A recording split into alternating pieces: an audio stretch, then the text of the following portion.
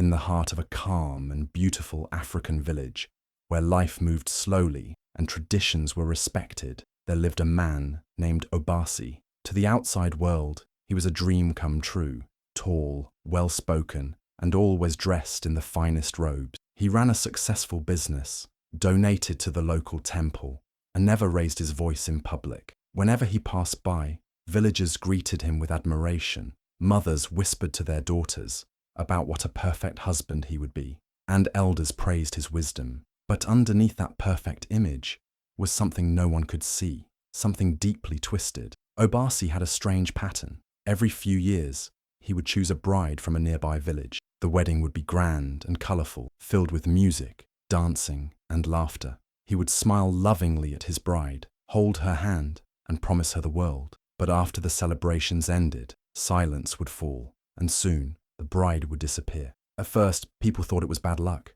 Maybe she ran away. Maybe she couldn't handle marriage. But as time passed, and wife after wife vanished, whispers began, quiet ones, dangerous ones. Still, Obasi always had a story ready. She wasn't happy, he would say, sighing. She missed her family, or she left in the night. I tried to stop her. His voice was always calm, his eyes filled with just the right amount of sadness. And because of his wealth and influence, people chose to believe him. No one dared look deeper. No one asked why the curtains of his mansion were always shut, or why no servant was ever allowed near the back of the house. Some of the older villagers began to feel something was wrong, but they stayed silent. No proof, no answers, just a man who kept smiling and a trail of missing brides behind him. Behind the flawless beauty of Obasi's grand mansion, where polished floors gleamed and every corner smelled of sweet incense, there was a dark, forbidden space that no guest ever saw, a place that no servant dared go near. Hidden behind a towering bookshelf in his private study was a secret latch. When pulled, it opened to a narrow stone staircase that twisted downward into a darkness so thick it felt alive. This wasn't just a basement. It was a cage built for silence, fear, and death. It was Obasi's personal prison, his secret kingdom of nightmares. Every time Obasi brought a new wife home, the village saw love. They saw celebration, tradition, and joy. But behind closed doors, his new bride was never taken to a honeymoon bed or held in warm arms. Instead, she was offered a drink, always poured by Obasi himself, mixed with a strange, bitter powder that dulled the senses and blurred her vision. By the time she realized something was wrong, it was too late. Her body would go weak, her head dizzy, and her breath shallow. Obasi would gently lift her, smiling, carrying her down the cold steps into his hidden world. When each woman woke up, they were no longer a bride, they were a prisoner, their arms chained to the stone wall, the metal biting into their skin. The room was damp and icy, the walls were covered in old stains, and the only sound was the slow drip of water from a rusty pipe above. There was no sunlight, no clock, no comfort, only darkness, fear, and silence. Each new bride would cry at first, calling his name, begging for help, believing there must be a mistake. But when Obasi finally returned, they saw the truth in his eyes. There was no mistake. He was the monster. Under the influence of heavy drugs and his own twisted mind, Obasi would transform. He would laugh at their fear, pace the room with wild eyes, and then, when his madness took full control, he would hurt them. Sometimes he would scream, blaming them for his pain. Other times he would go quiet and simply watch them cry.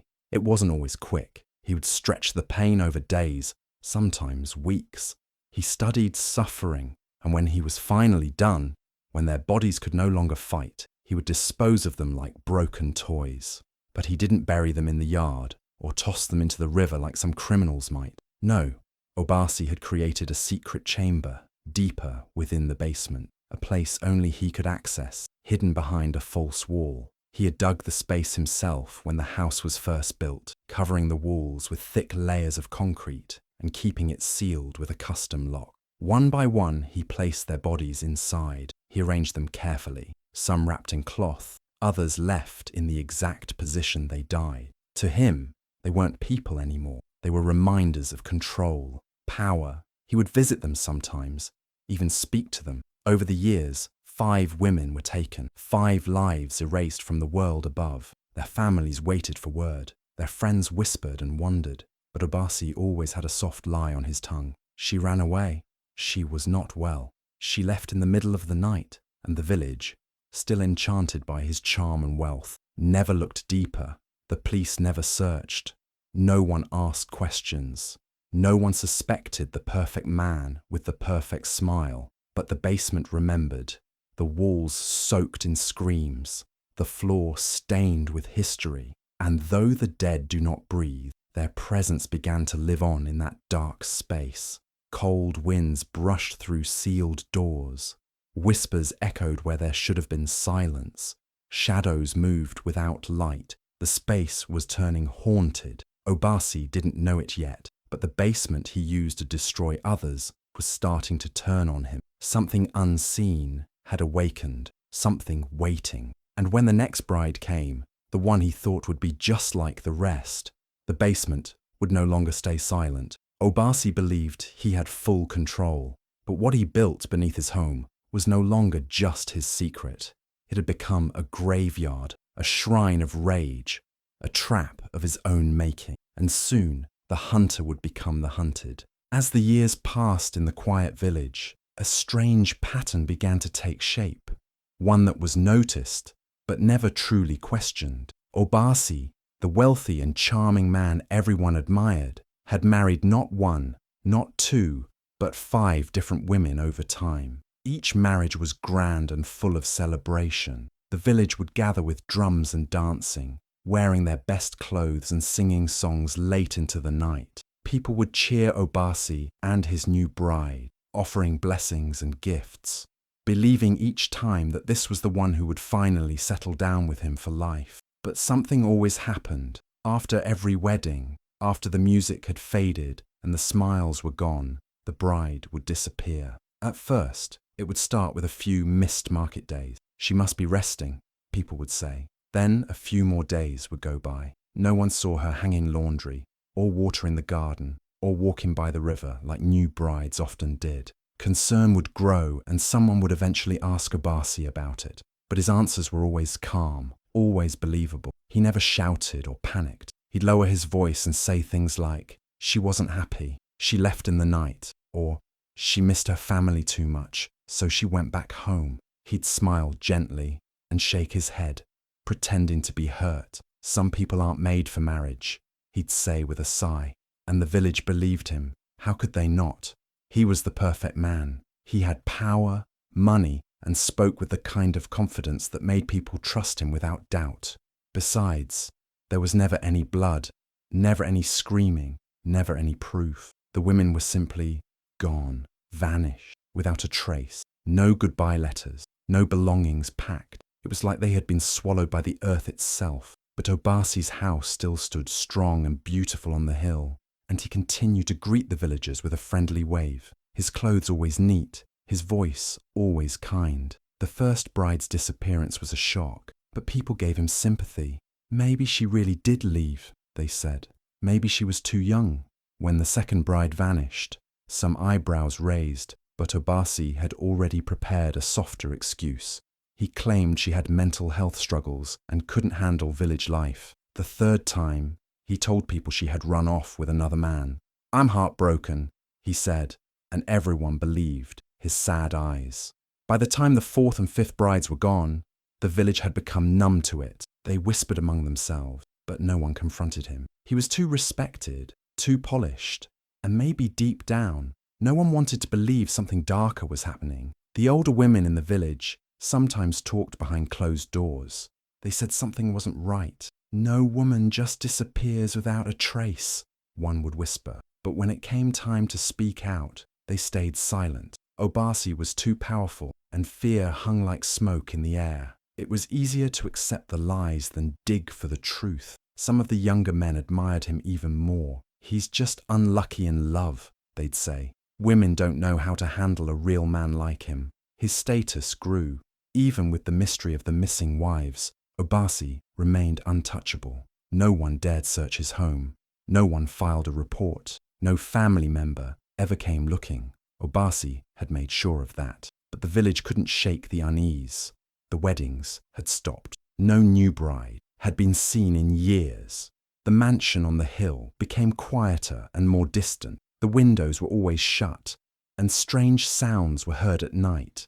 A few children claimed they saw something moving behind the curtains. Others said they heard crying, but their parents told them to hush. It wasn't their place to speak of such things. Still, the whispers never truly stopped. They clung to the wind, slipped through the trees, and curled beneath doorways. People said the ground around Obasi's house felt colder, that the birds never landed on his roof. They said, when he passed by now, there was something hollow in his smile. The same man who once brought joy now carried shadows behind his eyes. 5 women, 5 weddings, 5 disappearances, no answers. And still, Obasi walked freely among them, untouched, unbothered. But the village, though silent, was starting to change. Whispers were growing louder, and somewhere deep in the heart of it all, a storm was beginning to rise, one that even Obasi couldn't charm his way out of. Tashala was not like the others. She was strong, smart, and had a fire in her spirit that no one could dim. She grew up in a nearby village, raised by a hard-working mother and a younger brother she loved more than anything. Life was never easy, but Tashala had learned to fight her own battle. People in her village respected her. She spoke with confidence, and her eyes held stories of pain, survival, and strength. So when Obasi came to her village with gifts and smiles, asking for her hand in marriage, she knew something was wrong. Obasi looked perfect on the outside. He was handsome, polite, and carried himself like a king. He spoke with charm, offered wealth, and promised to take care of Tashala's family forever. But when Tashala looked into his eyes, she felt a coldness, like staring into a deep well with no bottom. There was no light there, no love, only something hidden, something dangerous. She didn't trust him, not even for a moment. But her mother was getting older. Her brother needed schooling, and the money Obasi offered could change their lives. So with a heavy heart, Tashala agreed. The wedding was beautiful, colourful fabrics, music that made the air dance, and people from every corner of the village came to celebrate. Tashala wore red and gold, her head held high, even though her heart beat fast with fear. Obasi smiled at her all day, holding her hand gently, whispering sweet words. But behind that smile, she could feel the control, the way he watched her, not with love, but with possession, like she was a prize, not a partner. After the wedding, Obasi took her to his mansion, the same grand house where his other wives had lived. Tashala felt a chill the moment she stepped through the doors. The air felt heavy, like it was hiding secrets. The walls seemed to watch her. Servants were quiet, their eyes always on the ground, never meeting hers. Something was wrong, deeply wrong, but she said nothing. Not yet. She needed to understand him, watch him, find his weakness. That night, he gave her a drink, just like he had with all the others. But Tashala was clever. She had seen the way his hands trembled slightly as he poured it. She remembered the warnings from a strange old woman in her village who told her, "Beware the wine of the snake," with a smile. Tashala pretended to sip it, smiling sweetly, while pouring most of it into a plant behind her. Obasi didn't notice. He led her to the bedroom, but she stayed awake the entire night, pretending to sleep, listening to every sound. She heard him go downstairs, heard a strange creaking sound, like a hidden door opening, then footsteps going deeper into the house, a long silence, then footsteps again. When he returned, he stared at her sleeping form for a long time. She kept her breathing slow and steady, even though her heart was racing. Over the next few days, Tashala began to understand the truth. She explored the house carefully, making mental notes of the locked doors, the quiet halls, the way the servants avoided the basement. She noticed a thick iron key Obasi always kept around his neck. She saw bruises on one servant girl's arm, and worst of all, she found a small earring behind a curtain in the guest room, a delicate gold piece with a name etched on it. Not hers, someone else's, one of the women before her. Tashala felt the fear grow inside her, but she also felt something else, anger. She knew now she was in danger. Obasi wasn't just cruel, he was hiding something terrible. But she wouldn't run, she wouldn't cry, she would wait, watch, learn. And when the time was right, she would not just survive, she would fight back. To the outside world, Tashala was just another bride, another name in the list. But behind her calm smile was a woman who refused to be a victim.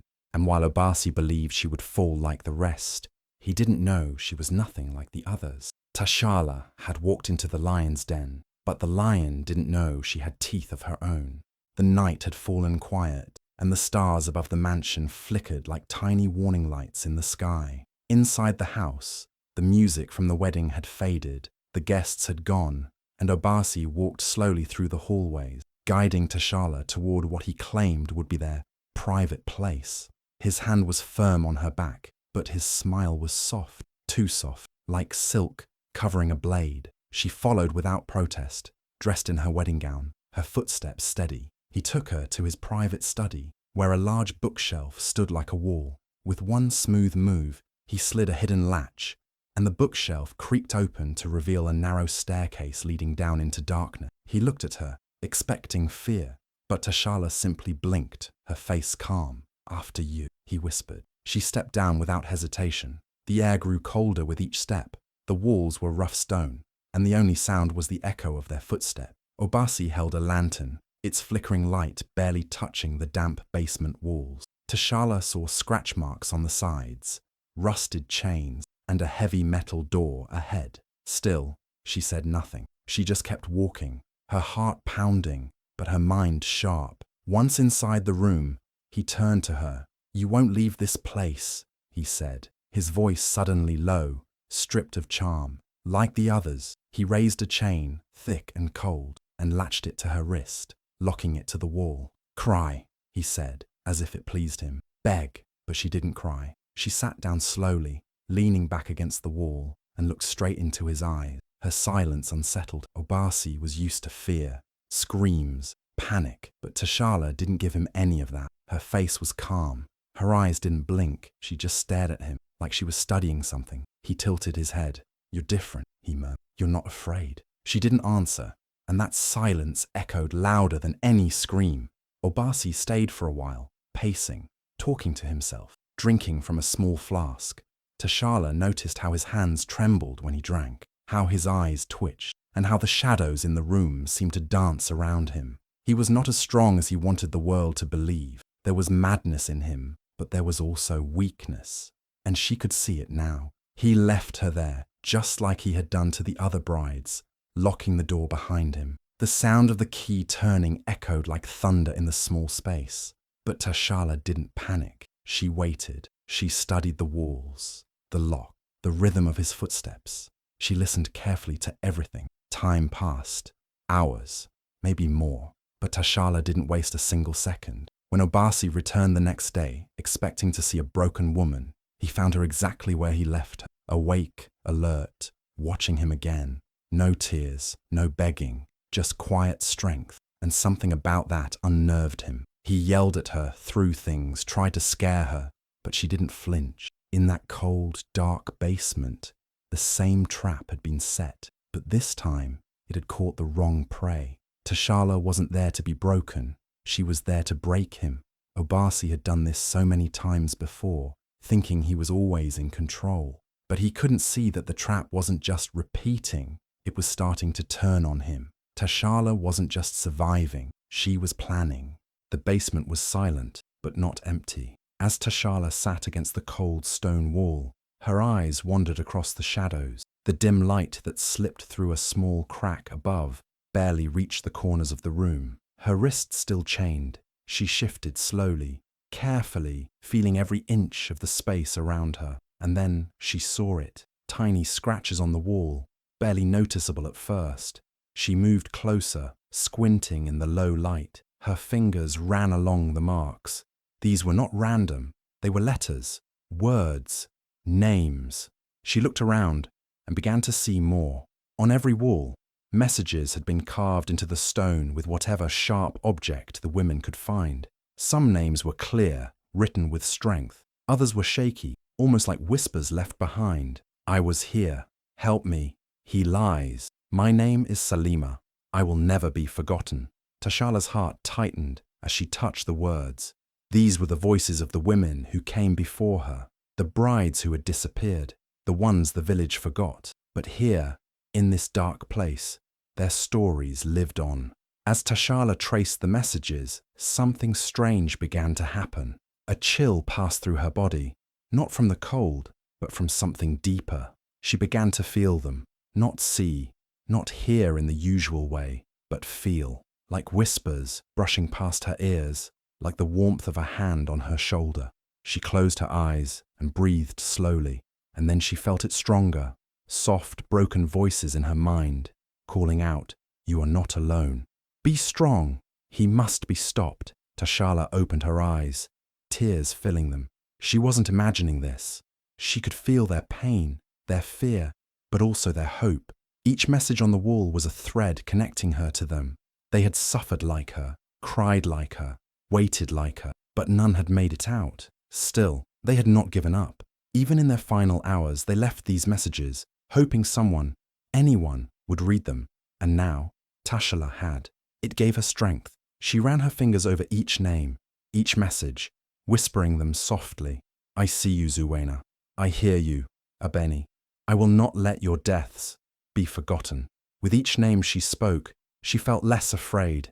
The walls no longer felt like a prison, but like a room full of voices standing with her. The darkness no longer seemed endless. She was no longer just one woman chained in a basement. She was the living memory of every woman who had suffered here. And with that, a fire sparked in her heart. She looked at the walls again, this time not just as a victim, but as a fighter. The messages weren't just cries, they were clues. She noticed symbols near the floor, arrows pointing toward a crack in the corner. A small rock had been loosened. With effort, she leaned forward and used her bare fingers to pull it free. Behind it, hidden deep, was a rusted nail. Someone had left it there, maybe for escape, maybe as a weapon. Tashala clutched it in her hand, the sharp metal biting her skin, reminding her that she still had time and she still had fight. The voices inside her grew louder, stronger, not of fear now, but of defiance. "You are the one," they whispered. "Finish what we could not." Tashala looked toward the door, her eyes steady. She had the strength of many behind her now, and Obasi, he had no idea what was coming. Obasi thought he still had control. Each night, he came into the basement with his usual cruel smirk, holding his flask filled with strange-smelling liquid. He would mutter to himself, sometimes laugh, sometimes growl, in a language Tashala couldn't understand. His hands shook more than before, and his eyes darted around the room like he was being watched. But Tashala said nothing. She kept her eyes low, her face calm, but inside she was watching everything. She could see the change starting in him. The once confident man who walked like a king now looked like a hunted animal. The basement that had always been his place of power was no longer silent. The spirits of the women he had chained, beaten, and killed were rising. Their presence was growing stronger each day. Tashala could feel them too. Cold winds where there were no windows, soft whispers in the middle of the night, shadows moving when Obasi's back was turned, and he was starting to feel them too. He would stop suddenly and shout into the darkness, "Who's there?" He'd swing his lantern at nothing. Sometimes he'd trip, screaming at shadows. His mutterings turned into loud arguments with voices only he could hear. "You're dead! You can't touch me!" he'd yell. But the fear in his voice betrayed him. The past was finally catching up with him, and Tashala could see the cracks forming in his mind. One night, he came in with wide eyes and trembling hands. "They're trying to drive me mad," he whispered, "but I won't let them." He turned toward Tashala and pointed his finger. "You brought them. You witch!" he shouted.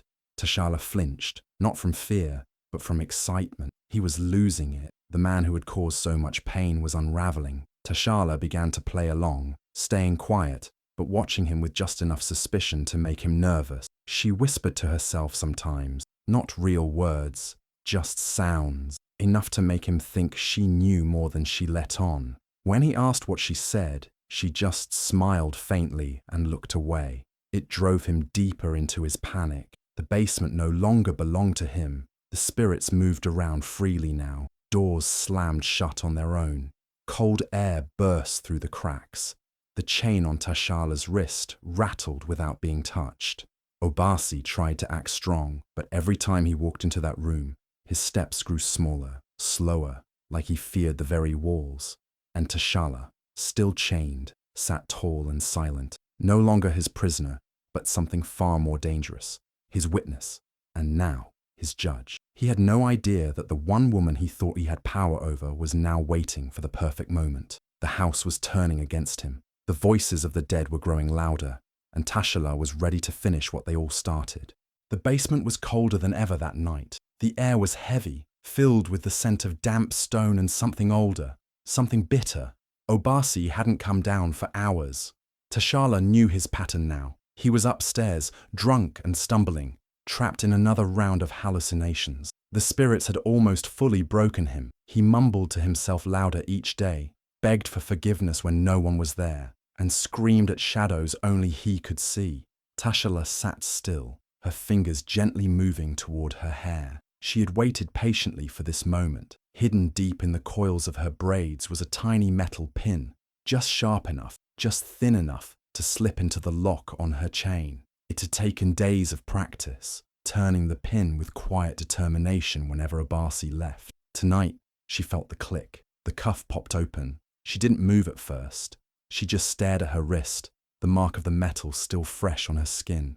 And then she smiled, softly, just for herself. She stood up slowly. Her legs trembled from days of sitting, but her mind was sharp. Every step toward the basement door was careful, silent. She picked up the rusted nail she had hidden behind the stone earlier, just in case. Then, like a shadow, she slipped up the stairs and through the hidden panel into the hallway. The mansion was dark. The wind howled outside. Obasi's voice echoed faintly from the main room. He was shouting again, this time at the air. "I said I'm sorry. I didn't mean to," he cried, crawling on the floor, waving his hands at ghosts that weren't there. "Don't touch me. Leave me alone."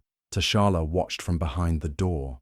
The great Obasi, once feared, was now nothing but a man crushed under the weight of his own crime. She stepped into the room quietly. The wooden floor creaked, and he turned, eyes wide with madness. "You," he whispered. "You're not supposed to be out." She didn't speak. She walked slowly toward him, each step steady, powerful. Obasi backed away, whimpering like a child. "They told me. They said you'd come," he muttered, backing into a corner. Tashala raised the nail, but not to strike. Instead, she threw it aside. She didn't need it. "You will not die tonight," she said calmly. "Death is too kind." She moved quickly, grabbing the same chains that once held her and wrapping them around his wrists. He was too weak, too broken to fight back. She dragged him, just like he once dragged his brides, back into the basement. She locked the door from the outside. As he screamed and begged behind the thick metal, Tashala walked away, the voices of the lost women whispering their approval. Justice had come, not with blood, but with the same fear he had given others. Obasi was now the prisoner, and Tashala was finally free. The heavy door slammed shut behind her with a loud, echoing thud. The sound rang through the house like the closing of a final chapter. Obasi was no longer the master of this place. Now, he was the one trapped, chained in the same basement where he had once chained so many innocent women. Tashala stood on the other side of the door, her heart pounding, but not with fear. It pounded with justice, with victory. Inside the dark basement, Obasi's screams filled the air. "Let me out! Please! I'm sorry!" he cried, but his voice bounced off the stone walls, unheard by anyone who would help him. No one came. The mansion was silent, just like the village outside. The same silence that had allowed his evil to go unnoticed for so long now swallowed him whole. But Obasi wasn't truly alone. As the hours passed, the air in the basement changed. It grew colder, heavier. He curled in the corner, his hands trembling. Then he heard it, a faint whisper. At first, he thought it was the wind, but it grew louder. It was a voice, then two, then many. Soft, sorrowful voices, all whispering one name, his name. "Obasi!" they called over and over again. He looked around wildly. "Who's there?" he shouted, but he saw no one, just shadows, just darkness. But the voices didn't stop. They came from the walls, from the ceiling, from inside his own head. Each voice carried pain. Each voice carried rage. Obasi. Then came the laughter. Not joyful laughter, but broken, haunted giggles. The kind that chilled the blood. The spirits were not gone. They had waited for this, and now they surrounded him. Obasi crawled to the wall, the same walls he used to ignore when the women cried for help. Now he scratched at them, begged them. I didn't mean it. I was sick. I didn't know what I was doing. But the spirits didn't answer with mercy. They whispered the names of the women he had killed, one by one. Salima, Abeni, Zuena, Halima. The names echoed through the room, louder and louder, until Obasi covered his ears and screamed, but nothing helped. His mind shattered slowly, like glass cracking under pressure. He begged, cried, clawed at the floor, but no one came. No one was left to believe his lies. No one left to be fooled by his charm. He was forgotten, just like the women he had tried to erase. And outside the basement, Tashala stood beneath the moonlight, the wind in her hair. She looked at the house one last time, then turned her back to it. She didn't need to stay. Justice had already been delivered. The spirits had what they needed. The nightmare was finally over. Obasi's screams faded into the night, becoming part of the very house he once ruled. Now, the basement belonged to him, and the voices he could never escape. No one saw Tashala again after that night. Some said she left before the sun rose, walking into the forest without a single glance back. Others swore they saw her shadow moving through the village, slipping away into the unknown, never to return. But one thing was certain, her story remained. It started as whispers. Women told their daughters in hushed voices about the brave girl who faced the monster and won. Men muttered among themselves, shaken by the fate of the once powerful Obasi. Children gathered near the well, daring each other to say his name 3 times, only to run away screaming. The tale spread like wildfire, twisting and turning in different tongues, but the truth never changed. Tashala was the girl who couldn't be broken, the girl who turned the hunter into the hunted. The mansion on the hill stood silent, but at night, the air around it felt different. The villagers walking home late swore they heard things, low whispers riding the wind, the rattling of chains, and sometimes a single blood-curdling scream. No one dared to go near. Even the bravest men, the ones who used to admire Obasi's wealth and charm, stayed away. The house, once a symbol of power, became a warning. The doors rotted, the walls cracked. The windows, once bright with candlelight, turned into hollow, dark eyes watching the village below. No one stepped foot inside. No one even touched the gates. It was as if the house itself had become a grave. Some nights, when the wind was just right, villagers claimed they could hear voices, women's voices, whispering in the darkness. And sometimes, when the moon was high, a shadow could be seen standing near the mansion's entrance. A tall, still figure, watching. Was it Tashala? No one knew. But one thing was certain. The man who thought he could trap and kill his brides had finally met the one woman he couldn't control. And because of her, the village would never forget.